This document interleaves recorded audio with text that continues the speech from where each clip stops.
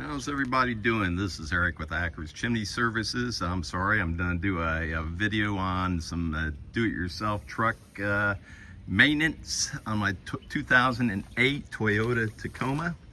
Haven't done a video in 6 months, or haven't published a video in 6 months. I've actually filmed a lot of videos, I just haven't taken the initiative to post them.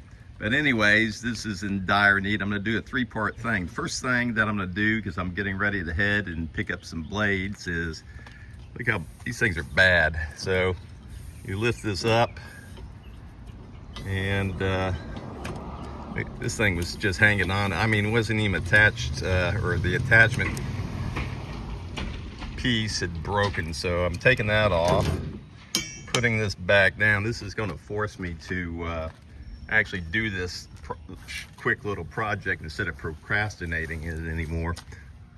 Let's look at this side. I think this side was worse. Look at that. Look at that. I mean, the problem with something like this is it gets this bad when you're driving. You just can't see. So once again, trying to remember. See that little clip there? Oh, look at that. This thing is so dry rotted, it just broke off.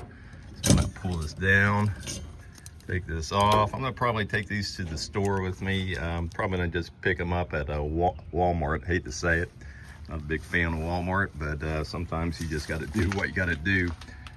I did do two other projects on this vehicle.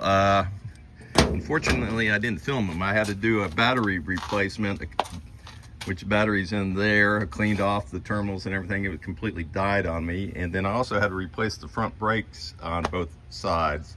Wish I would have done a video on that, but didn't have enough time. I'll be back in a little bit, and we'll move on to the next portion of this video. Once again, this is Eric Ackers. I'm someone that likes to save money, doesn't enjoy doing work on his vehicle, but I do enjoy not giving other people the money to do it. God bless. Give me a like, subscribe, and this is part 1.